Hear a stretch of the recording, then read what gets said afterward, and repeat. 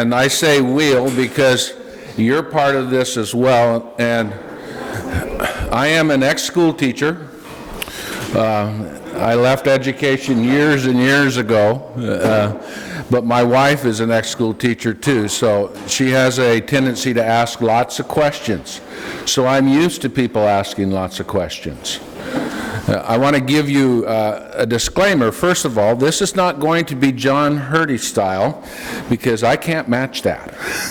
But I have done a little work to give you something today that you can think about. And there are school teachers in the room, so school teachers can help me as well.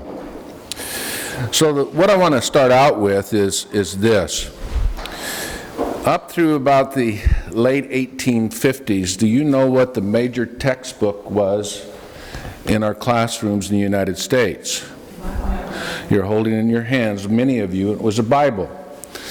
And after that, the printing press, of course, which had come into existence far before that, really started to revolutionize education because there were other textbooks that they could bring into the classroom. But the basis up until that time was teaching from the Bible and reading of the Bible, which would kind of make us believe that back then that we had a better foundation in what true education should be. So to start out today after that, I want to talk about the 4 branches of government. Who can tell me what the first 3 are? Executive, legislative, judicial. And judicial. And the 4th is what's called administrative. And if you think about this, what happens when our legislatures pass laws, those laws are then given to organizations or state government people to carry out those laws. And there's great examples of what those are. You know, how about the DMV? And you've all experienced the DMV. How about the Social Security Administration? You know, those are, for many of us in the room, we have experienced Social Security Administration and the things that they go through. But then if we take it a little bit further, how about our police and law enforcement? And if you think about what they're going through now with the defund police movement and what that's doing to society, it's phenomenal what's taking place with the people that are driving the laws that drive them. So keep that in mind. In fact, not long ago, I was listening to a podcast, and I can't tell you which one it was, but they talked about this, and they asked Nancy how this law that they had just passed, and that's Nancy Pelosi, and she responded, well, we don't know how it's going to work yet because we have not passed it along to the people that are going to be the administrators of it. And so if you think about that for a moment, isn't that unique? They pass law without enough research to know how it's really going to affect society. And you see it's rampant in our world today based on what's taking place in our society with everything that talks about rights and equality, etc., etc. They pass laws and we still don't know how it's going to affect our society until history has a chance to really analyze and judge it. So it's one of the things that takes place in our society on a regular basis. So there's another branch that I'm going to talk about today of administration that's called an ESD. Now, some of you in the room are familiar with this, and I'll kind of give you my background with this so that you know where I'm coming from on this. Years ago, in the mid-90s, I started serving on budget committees and school boards, and have done so ever since then. I was in the Hermiston School Board and on the Budget Committee, and when they did a bond issue, I'd go on the Bond Oversight Committee, and then got off that school board and then was asked to run for the ESD board, which I've been on for the last 11 years. And have learned truthfully what ESDs do, and they do a lot, and I'll give you a description of that in a few moments. Then, here recently, I was elected to what's called the OAESD, which is an association of the 19 different ESDs in the state of Oregon, and served as the chair-elect, and then this year as the chair. And then next year I'll get to serve again. You serve for 3 years. Unless somebody resigns, then I might get to do it for a couple years. So our local one is called the Intermountain ESD, and it's geographically one of the largest ones in the state of Oregon. In fact, we serve over 35,000 children, excuse me, in 7 counties. How many people know where Burnt River is? Yeah, there's about 35 kids in that school district, and that's one of the school districts that we serve. And also school districts like Ukiah, Helix, and a lot of the similar ones, similar schools like that. So what do we do? Does anybody have any idea what an ESD does? Well, they provide extra services, such as to migrant populations. They have different that the school districts don't directly serve, or basically have given to the ESDs to do. Great answer, yes. Well, and you know, just to summarize that, ESDs provide services that schools that we serve can't provide for themselves. And I'll just list a few of the things. Echo School District might have somebody in this instance that has a speech problem. And so the ESD provides somebody that can help them with speech pathology and really work through that process. We provide psychologists, we have nursing, audiologists to help people that have problems with speaking. We provide instructive coaches. And so if a new teacher in this instance comes on board and needs assistance, we have a staff of people that will go in and work with that person to help them get through their first years in education. And we feel that's a very important aspect of what we provide, simply because that person that's the first year in school, if you think about walking into the classroom with 25 first graders, it's phenomenal. And so what we'll do is we'll send in somebody in this instance that will help them in their first 8 to 10 weeks that they're actually teaching in their first year. And we have a teacher back here. Cheryl, you teach second grade? Yeah. Okay. And she would be a great candidate because we have watched her teach, and she does a phenomenal job with classroom management. And it's really important for somebody that's brand new to learn how to manage that classroom. So the other things, internet. Internet is big.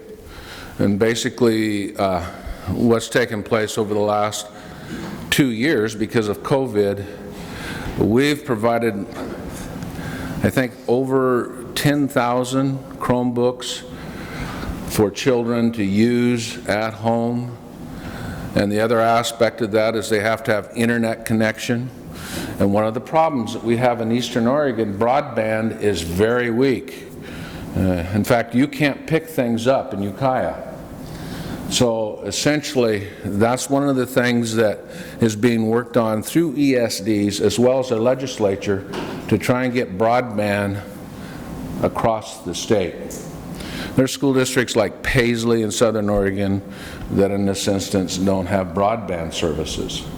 So it makes it very hard, especially for those kids that are home, working on their Chromebooks. We also are the business managers for 13 of the 19 districts that we serve. And the reason why we do that is because we have the expertise that it's very hard to get in a school system, especially our small ones. So we have a staff of about 15 people at the ESD that serve as business managers for our small schools. and Helix, Echo, Ukiah, Burnt River, all of those use our services, and that's one of the things that we do. So, in the state, probably the one that you hear a lot about is called the Oregon Department of Education. Now, the ODE is a little bit different. They first and foremost are the ones in this particular case that are charged with the responsibility of enforcing the legislation that was passed by our legislature. And the norm is everybody is concerned when the legislature is meeting, because something could happen that would affect us on a negative basis or a positive basis. And many times there'll be things that come out of the legislature that are mandates without funding. And that's happened to us again and again and again. That say, okay, you're going to be required to do this, this, and this. And we say, well, that's going to take resources. Where are we expected to get those resources? We don't know. And so essentially what happens is more and more is taken away from the school districts when they do that. A great example of this is in the mid-90s, Measure 5 was passed. It changed funding to school districts. And what took place is a lot of school districts that had great ag programs, FFA, SHOP, and Larry was aware of this, a lot of those things were taken care of. And in rural Oregon, we needed those things because that's where industry was for rural Oregon. And so that was a major thing that took place for us in the 1990s. And it's been there over the last 30 years until something that was passed called the Student Success Act. Who knows what that is? Well, 4 years ago, there was a measure on the ballot that would impose a tax on businesses, in this instance, that could be used for education. Could be used. And it went down hard, and the reason why is that word could. Because what it did is it allowed the legislature to use those additional monies in this instance any way they wanted. All right? So they could take this money and they could put it in the Oregon Liquor Commission, or they could do some other program. Well, the public did not like that. And so they came back 2 years ago, and they came back with the tax that's put on businesses that have over $1 million of gross receipts, and it's a 1% tax. That measure passed. The first one I didn't support because it was a transfer tax. The second one is a transfer tax as well. And what do I mean by a transfer tax? Anybody give me a good definition of what a transfer tax is? Tax business, the business just runs downhill. That's right. So basically, you have a business that's made $2 million, they got to pay 1% off that $2 million. Where are they going to get that 1%? You're going to pay for it in their fees because they have raised their taxes. And that happens consistently to us. But in this instance, on the last bill that funds this Student Success Act and the comprehensive business tax, all of it was dedicated to education, and it can't be moved by the legislature. And so it was classified as a good tax. And for the first time in 30 years, we had enough money to almost meet what's called the QEM, or the Quality Education Model. And we could go deep into this, but what the Quality Education Model is a group of people came together and did some extensive study and said, these are the monies that we need to provide the education that is defined as quality. And so basically in this last session, $9.3 billion in this instance was allocated for our state school fund. That's about $300 million short of the QEM. But what our state legislature said to all these school districts out here is, you have all this extra federal money now, so you don't need our 9.3. The feds have given you enough money that you can operate. Well, the unfortunate thing about that is that the feds' money is a one-time fund. It's not going to be given to us every single year. Once we get past the COVID, then basically what's going to happen in this instance is we will give up that money. And so again, we'll get back to that point where there's going to be a shortage for the quality education model. All right? So that kind of gives you a background of basically what takes place there. So let's talk a little bit more about the ODE. ODE is supposed to, again, work within the system to help us meet the criteria of the laws and make it through everything. But they have no enforcement capability. And so they're kind of a toothless organization. And in addition to that, they do have their own board, and that board is appointed by the governor. All right? And I would say to you that that board is a fairly liberal board. And so towards that end, when things start coming out of that board, you get a little bit suspicious. Not long ago, they endorsed Black Lives Matter, which in this instance made a lot of people angry in the state. They've not said anything about the critical race theory, but essentially those two issues, of course, are a hotbed. And one of the things, and this is a personal bias, one of the things that I don't like about either one of those is it's reverse discrimination. Basically, if you're an old white guy, you have tendencies, regardless of who you are or what you are, in this case, to be suppressive of anybody of color or minority.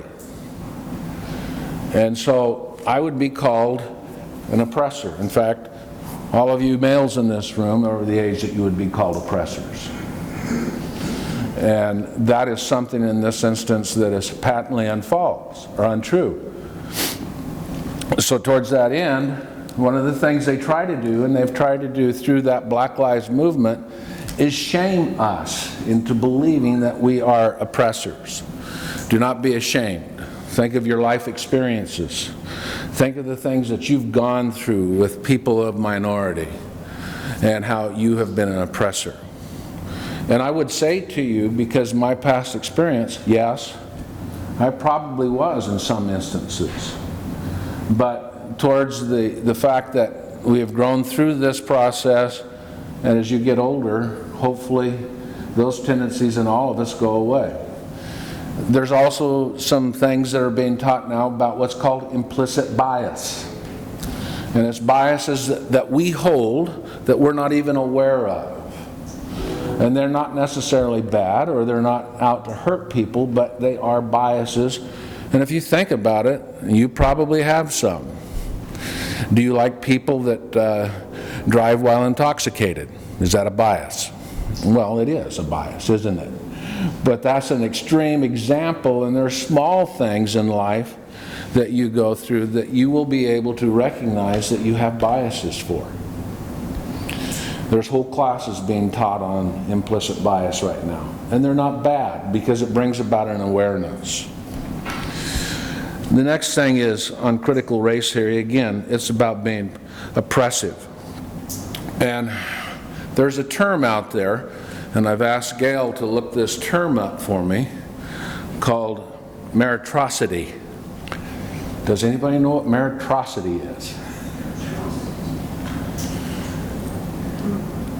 a social system, society, or organization in which people get success or power because of their abilities, not because of their money or social position. So would somebody kind of tell me what that means? You work your way to it. Yeah, you have a work ethic. You may come from somewhere that things were hard for you or growing up, but because of your work ethic and your self-motivation and the fact that you wanted to get ahead. As far as critical race theory, they don't like that. They have, it's part of the theory. Now, how many of you in this room worked? Theory that they don't like, or? Yeah, they don't, it's part of critical race theory that they don't like. They don't like meritocracy. Did you get the opposite of what that is? Okay. Well, the opposite of it is you're ruled by the worst of society. Isn't that a dichotomy?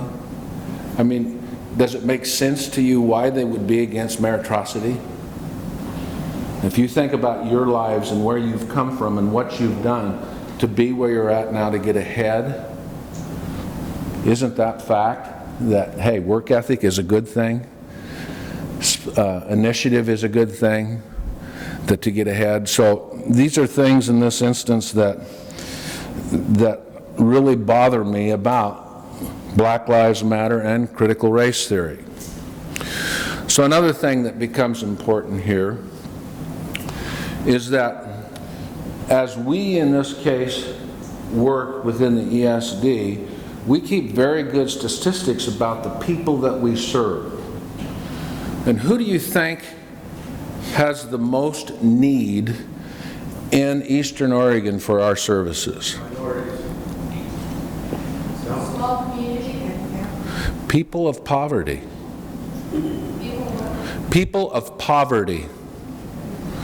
Now, there are Latinos in there, and there's, of course, there are some people that are black, but poverty is our highest one. Next comes Latinos, and after that are teenage male American Indian boys. And so those are the three groups that need our services the most. In the state of Oregon, the black population is a little over 2% of our population. But poverty is the highest one of the ones that we serve, which in this case, and this is something that's important, is that the people that are in poverty certainly need education, because it's one of the things that's going to lift them from that system of poverty. And you see it again and again and again. And the COVID has caused even more problems with that. And I'll give you an example. We deliver Chromebooks to kids in this case, and there might be 5 or 6 kids in this family that are trying to go through school on their Chromebooks. Who supervises that if both parents are working? The kids. And it's difficult. And it's not that Chromebooks are bad. We have some very good successes with those, but still it's extremely hard. And what were your experiences, Cheryl, with teaching from the Chromebooks? Mostly positive, or did you have, no? Okay. Was it frustrating for you? It was. Because if they break down, who's going to fix them? What's going to happen? And they can get on there, and then they can start playing games, or they can, it's hard for a second grader to pay attention for 10 minutes, let alone 3 hours. So that is another aspect of it. That is really difficult. So let's talk a little bit about other associations in the state. Well, we have COSA, And COSA stands for the Cooperative Oregon School Superintendents Association. And that's a group of the superintendents that get together, and they have their own lobbyist, we have our own lobbyist, and then there's the Oregon Education Association, and they have their own lobbyist. And then after that, it becomes the national associations like the NEA and the American Federation of Teachers. The American Federation of Teachers and the NEA have experienced some problems recently because the Supreme Court came out with a decision that they can no longer require you to belong to the union. And so you see in this instance some things taking place within those organizations where they're trying to draw members into their union or into the associations. So towards that end, what you're seeing more and more, especially in California and some of those states, you're seeing the unions become more vocal and militant about putting people back in school because they're trying to protect everybody's rights. And what they're trying to do is garner support from people that are teachers that they're trying to draw into their unions.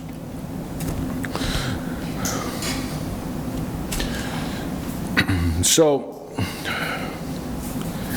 in my position as chair of the OAESD, I met with challenges because there is a demarcation line in the state of Oregon that starts at about Hood River and goes directly south. The west side is extremely liberal, as I have mentioned before, and this east side is very conservative. The people that I deal with that are the past chair of my association and the future chair, one is from Eugene and the other one is from Portland. Now, one of the things, and I think you heard me say this one day, is when I got in this position and started hearing these things, I was thinking about resigning. But then I had a couple people talk to me and say, you know, you shouldn't. And believe me, I wanted to become as militant as they were and strike back. And one of the things that when reading about Black Lives Matter, that is another thing that I think is important, is battling hate with hate does not accomplish anything. And so I took that to heart, and not that I was going to battle with hate, but I was going to be fairly direct, and I have been fairly direct in several cases, and I'll give you an example. When ODE came out with Black Lives Matter, I said, that's not good, and I think that is patently unfair and false. I didn't say it that strong. I just said, you know what? As an organization, if we develop a statement based on race and equity, we can't be so controversial. We need to draw people into our organization, not drive them away. And if we do that, we will drive people away. And fortunately, I was supported by several other people, and that has started to take place in our organization. And so it was a soft approach, and I'm glad that it worked, and I didn't have to go with something that was even more forceful than that. So dealing with the liberals, one of the things that I have done, and I just had my first one the other day because I currently took office, every month after we have a meeting, and I go through about 10 of those a month, after we've had our meetings, I do a conference call with these other two people, and we just sit and discuss what's taken place, express views, and try to reach a consensus. And we don't always reach a consensus, but we know where each other's at. And I treat these two ladies with respect and give them a chance to give input. But they know where I stand on many of these issues. And maybe 20 years ago I would have gone after it a little bit harder, but experience is a great teacher. So dealing with liberals, that is something that sometimes I know as you watch the news, you're always excited to listen to the liberals speak, aren't you? You turn them off? Okay. Well, sometimes you got to force yourself to do that because there's legislation that comes about that is ridiculous, and I'll give you an example of that.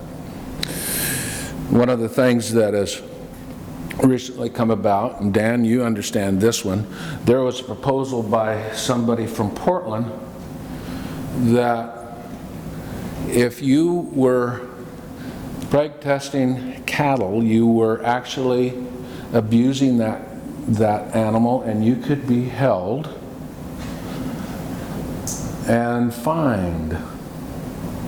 And there's a whole bunch of, what was the, I can't remember. That's part of the initiative process. That may come on the ballot. I don't know where they're at with signatures, but we may actually get to vote on something like that. So they're going to outlaw castration, or the intent is to outlaw castration, all forms of artificial insemination, because they believe that it is false.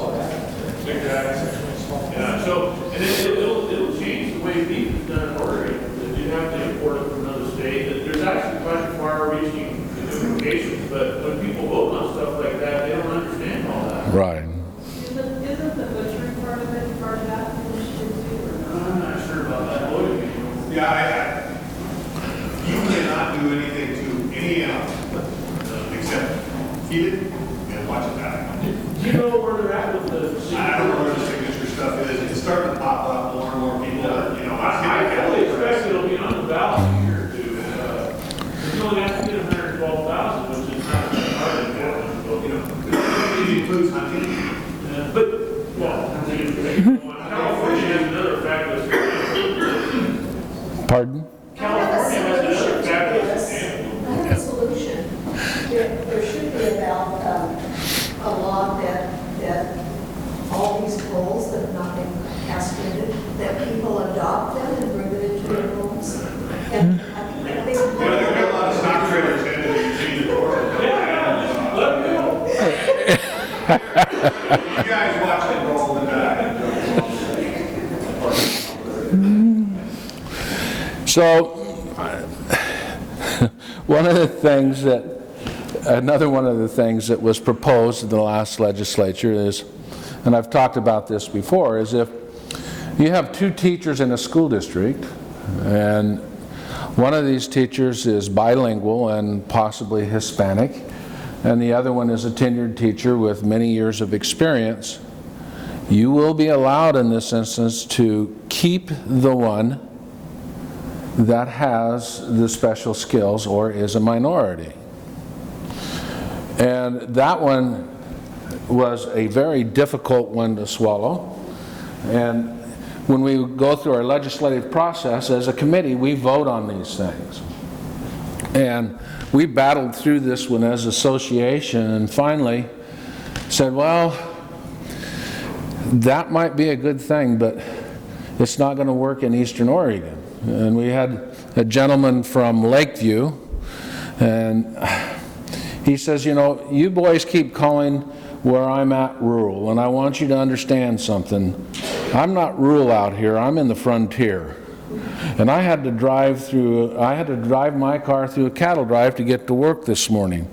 And if I was to let some rancher's wife go because I had somebody that was of color and could speak a foreign language, somebody's going to get hurt out here.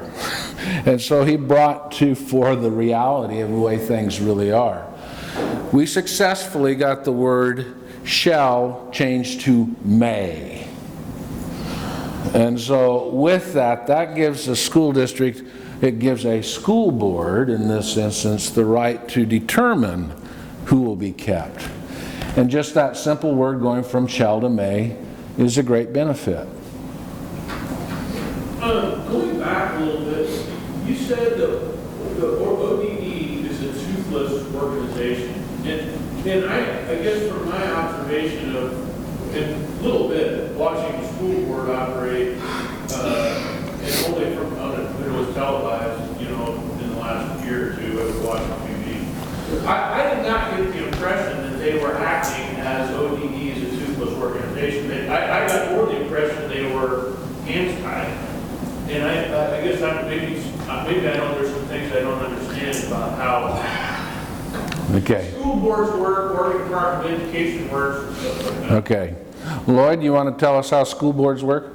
Sometimes it feels like we're just here to carry out the mandates that come from state. Right. And most of the mandates a lot of the mandates that you get come directly from the governor, and ODE has to communicate those. But I'll give you an example of one of the things. And have you ever heard of our online schools?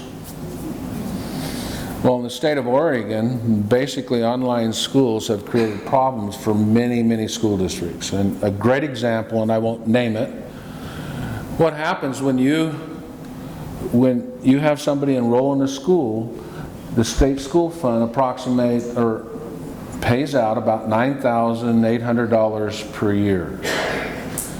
And a lot of these online schools will go out and recruit kids into their programs. That means that $9,800 in this instance goes to that online school. We have online schools through the ESD that are manned by teachers that are constantly teaching across a computer system, if that's what's needed. Cost about $2,500 a year to run those programs. Through the ESD. Through the ESD. And what happens when that takes place, we return the excess money back to the school district. In many of these programs, they keep the money. So that's where ODE is really toothless in saying, hey, you can't do that. But they keep the money. And there's several in the state, and several have gotten in trouble over finances in this instance. And there's one that's prevalent in our area. And so they keep the money. This is a little bit different subject, but my granddaughter will be going to a private Christian school in Salem County. Yes. And I know, obviously, they're not within the public school bureaucracy, but they do have to meet financial criteria. What kind of, I'm concerned about masking and some of the other mandates to public schools. What are the restraints that private schools have to go? They don't have to meet those restraints. Just meet the basic criteria. Meet the criteria, use common sense. See, if, let's say Stanfield just said, all right, we're not going to mask. We refuse to mask. Well, the state could, in this instance, take funding away from them. Wasn't there, and I don't want to say names either, but wasn't there a school northeast of us that got hammered for a couple of weeks worth of payroll? Yep, and they'll go after that. So it's unique. Yeah. Yeah, the mandate that our superintendent sent out said $5,000 per student per day if your district said no masks. Yeah. So it's getting bad. I'm sorry, at what point did a mandate become a law? I don't understand that. There's money tied to it. Yes. Just say no, for heaven's sakes. You're letting a bunch of bureaucrats, rule your group. Not to take over your butt, but you have to pay the teachers, you have to pay the cooks and the custodians. If I'm paying $5,000 for 300 students at Stanfield High School per day, I'm closing the doors tomorrow. That's fine. Eventually, the city, the people who care will pick it up. But they won't. The problem is the kids are the ones that get the punishment, not Yeah, the I know. people who pay. So the churches need to open their doors and become schools. And I believe the Supreme Court, though, did say mandates are okay. Right. I think a few weeks ago. So you see, right now we're having a pretty good discussion here right now, aren't we? And it's going to go and go and go until we get past this COVID scenario. So let's talk about something called the opportunity gap. Can anybody give me a good definition of the opportunity gap?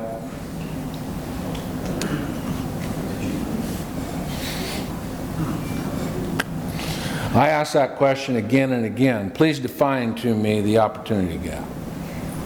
So I guess it sounds like you don't have the same opportunities I do because you're colored and I'm not. Right. No, it's because I got less hair than you do. Okay. No, did you hear that? Okay. The opportunity gap is real, I believe. However, as educators and as Christians in this particular instance, one of the problems in our school districts, and I want you to recognize this, and this is my opinion, is there is no opportunity gap, in my opinion. The problem is we have not found a way at this point in time to teach people how to take advantage of the opportunities that are available to them. There's all sorts of opportunities available to them. You can go back to the Civil Rights Act. And if we can help people in this instance understand, here's the opportunity that you have. And yes, it may mirror meritocracy, but this is an opportunity that you have in the United States today to succeed. And who is a prime example of this? Look at our Oriental population. Many of them suppressed by their countries that have come to the United States. Why do we have hundreds of thousands of people trying to cross our borders? Many of them, of course, are criminals. However, there are more of them that said, there are opportunities in the United States. And they cross our borders. You don't see our people going the other way, in this case.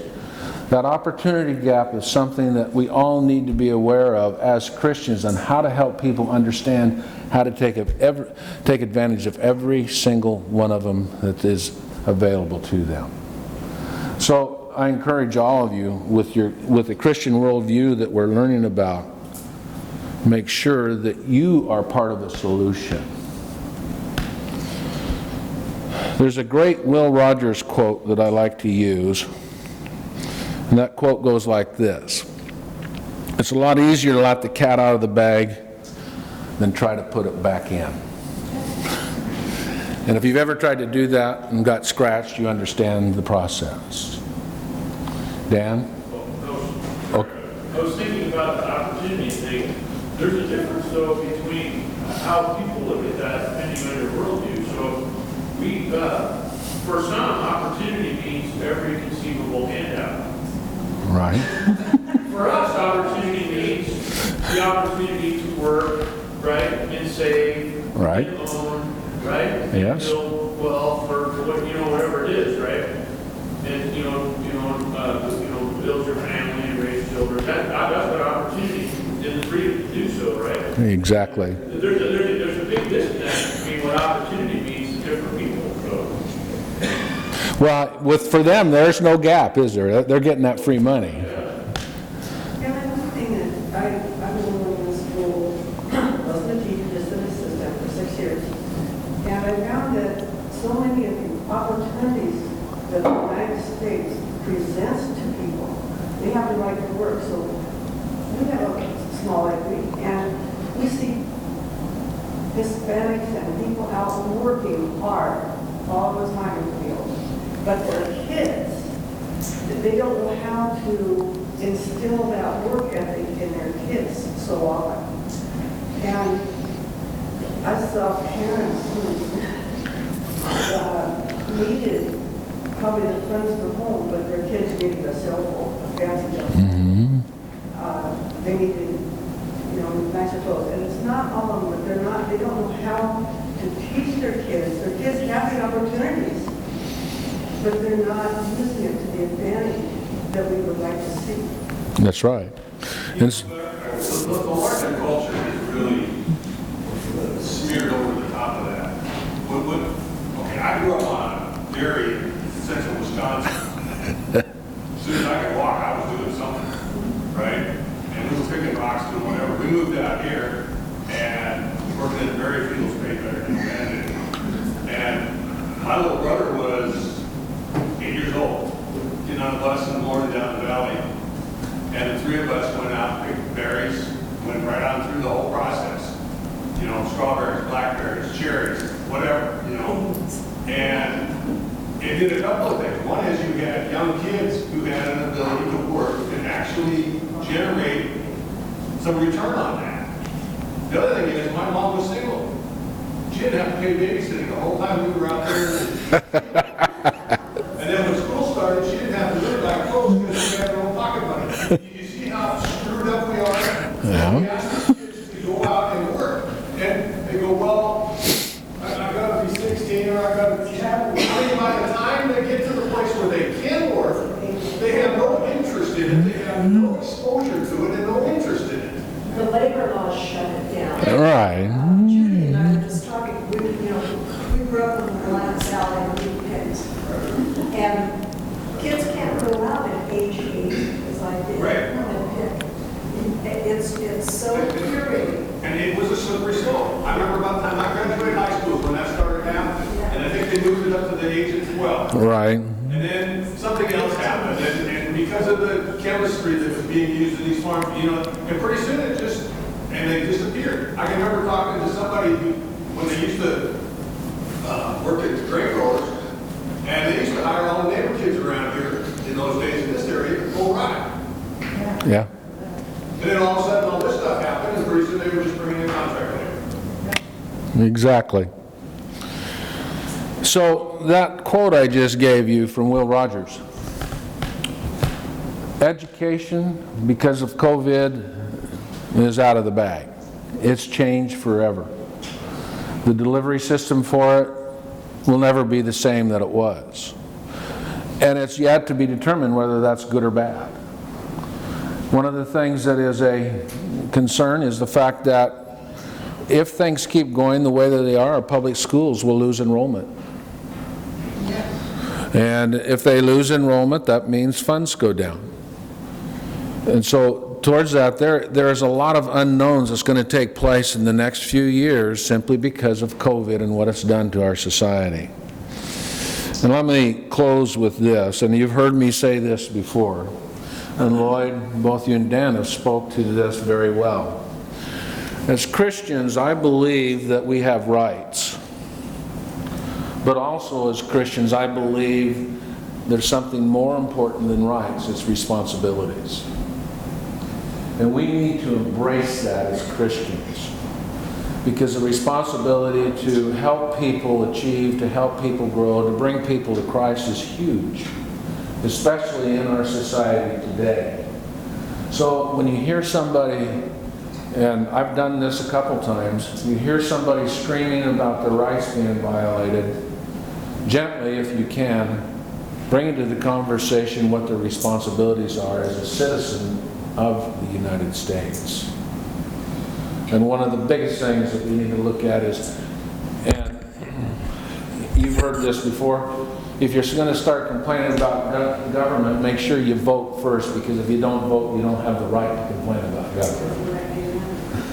And so, and that's what is important to me in this entire situation, that we start talking about what our responsibilities are as citizens and Christians and how we live our lives. So that's the end of all of my notes. I hope I haven't given you too much, and it's about time that we have some fellowship before school start, or before church starts, excuse me. It is school. We learn each Sunday. So Dan, would you close us in prayer, unless there are any further questions? Yes, it's a lot easier to let the cat out of the bag than to put it back in. Okay, Dan?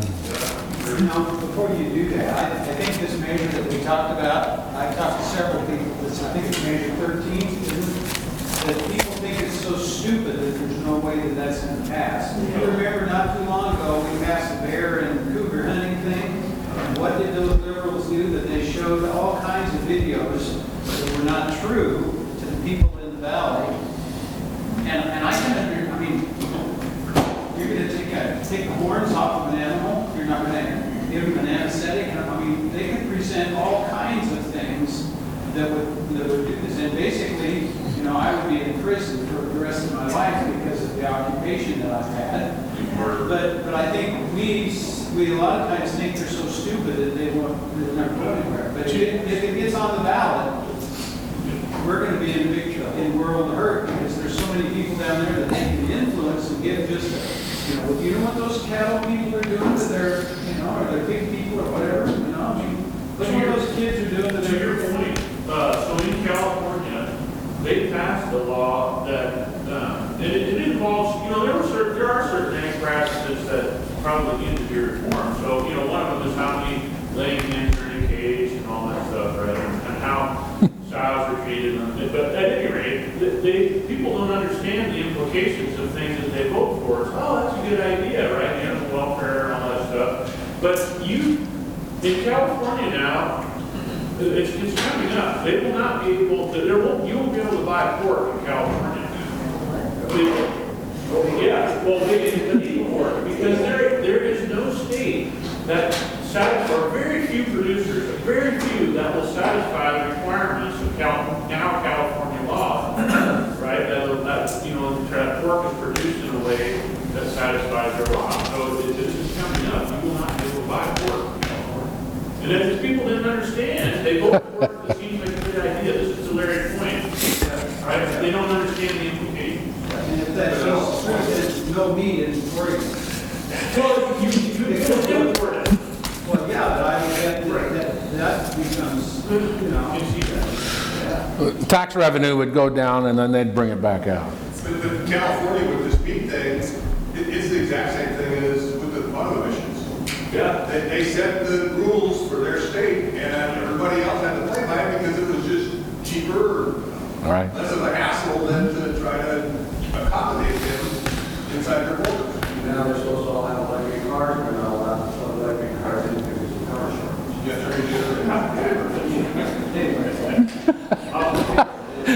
to Could you close us in prayer? All right, let's pray. Father, we thank you. Thank you for Kelly and his willingness to serve in this way. And we do pray that you would strengthen him in his role as chairman. And thank you that you would give him wisdom each day as he interacts with people of differing worldviews. And so we thank you, Father. We pray that you help us each to love your word, to see how relevant it is to our lives. And we pray for David as he preaches this morning, that your spirit will work through him and in our hearts. And we pray this in Jesus' name. Amen.